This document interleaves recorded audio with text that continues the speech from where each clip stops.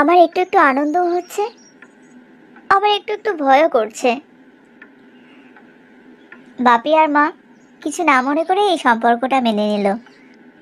ওদিকে আবার আন্টি গেছে কৃষ্ণদের বাড়ি আমার ব্যাপারে কথা বলতে। আর ভয়টা সেখানেই, কৃষ্ণ যদি এই সম্পর্কটা না মেনে নেয়। ও তো আবার ছোট থেকেই টিয়াকে ভালোবাসে। কিন্তু আমার কেন জানি না মনে হচ্ছে কৃষ্ণ সম্পর্কটা মেনে নিতেও পারে, কারণ এই বয়সে এসে ও তো টিয়া রূপে আমাকেই রেখেছে। তবে কালকে যেভাবে আমার উপরে রাগ দেখালো তাতে আমার সত্যিই ভয় লেগেছে।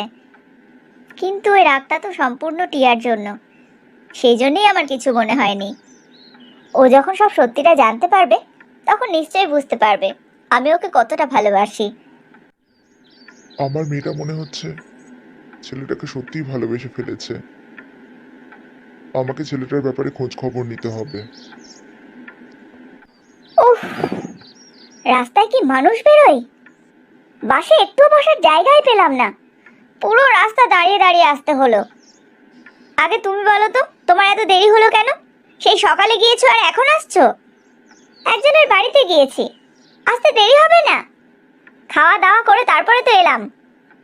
তুমি কি ওদের বাড়িতে খেতে গিয়েছিলে নাকি? যে কাজটা করার জন্য গিয়েছিলে সেটা হয়েছে? না।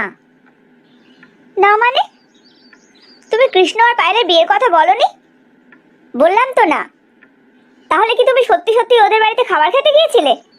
কতবার করে তোমাকে বোঝালাম কৃষ্ণর সঙ্গেই পায়েলের বিয়েটা দেওয়ার চেষ্টা করো, এমনকি নিজেও সেই কথা বললে। আর এখন বলছো বিয়ের কথা বলনি? পায়েলের কথা বলিনি, কারণ আমি কৃষ্ণর সঙ্গে তোর বিয়ে দেব। আমি কৃষ্ণকে বিয়ে করব না। এতদিন তো তুমিও বলছিলে কৃষ্ণর সঙ্গে তুমি আমার বিয়ে দেবে না, এখন হঠাৎ আবার কি হলো? কারণ কৃষ্ণ কৃষ্ণ না, রাজা হয়ে গেছে। রাজা হয়ে গেছে মানে নাম বদলে ফেলেছে? তুই বোকা, তাই বোকার মতো কথা বলছিস। প্রথমেই যদি তুই কৃষ্ণর সঙ্গে দেখা করতে যেতিস কত ভালো হতো। হঠাৎ করে তোমার কি হলো বলো তো? তুমি তো ভালো করে জানো আমি কৃষ্ণকে পছন্দ করি না। এখন কৃষ্ণ যেরকম হয়েছে না, তুই ওর নখের যোগ্যও না, কিন্তু ও তবুও তোকেই ভালোবাসে। রাস্তাঘাট বাড়ি ঘর পুরো গ্রাম বদলে দিয়েছে ও। তুই জানিস কৃষ্ণ বিদেশ থেকে ডাক্তারি পড়ে এসেছে, খুব বড় ডাক্তার ও এখন। এমনকি ওর বাবা নামে হাসপাতালও খুলেছে। আমি এরকম একটা রাজপুত্রকে ছেড়ে পায়েলের বাবার অফিসে কাজ করা সামান্য একটা কর্মচারীর সঙ্গে তোর বিয়ে দেব নাকি? আমি যদি আগে থেকে জানতাম কৃষ্ণ এত বড় লোক আর এত বড় ডাক্তার হয়ে গেছে, তাহলে প্রথমে ওর সঙ্গে তোর বিয়ে ঠিক করে দিতাম। তুমি সত্যি বলছো মা? কৃষ্ণ এত বদলে গেছে? হ্যাঁ সত্যি, নিজের চোখে দেখে এলাম তো আমি।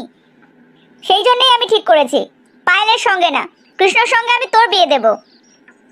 আমার তো তোমার কথা বিশ্বাসই হচ্ছে না। সত্যি তো, কৃষ্ণ যদি এত বড় ডাক্তার আর এত বড় লোক হয়ে থাকে, তাহলে তো আমিও কৃষ্ণকে হাতছাড়া করব না।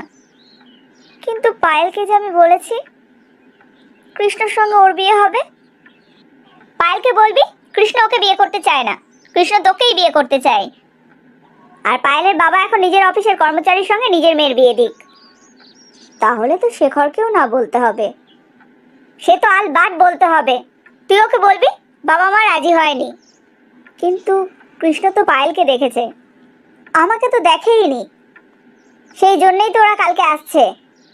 আর ওই যে কালকে শোনানোর জন্য ঝেঝিয়ে ঝেঝিয়ে কথা বললি, সেটার জন্য কৃষ্ণ রাগ করেছিল। আমি কোনো রকমে ব্যাপারটাকে ম্যানেজ করেছি। কালকে কৃষ্ণের সঙ্গে দেখা হলে ওকে বলবি এই সব কিছু পায়েল করেছে। বলবি ও বড় লোকের মেয়ে, ও তোকে সবকিছু জোর করে করাই, এটুকু বললেই হয়ে যাবে। কি বললাম বুঝলি? এখনো শেখরের কথা ভাবছিস না তো? না না, শেখরকে তো আমি মাথা থেকে বার করেই দিয়েছি। কিন্তু ভাবছি কৃষ্ণকে কি বলবো, কি বলে ওকে ম্যানেজ করব। আমি যেগুলো বললাম সেগুলোই বলবি, বাড়তি কিচ্ছু বলার দরকার নেই। বাকিটা আমি দেখে নেব।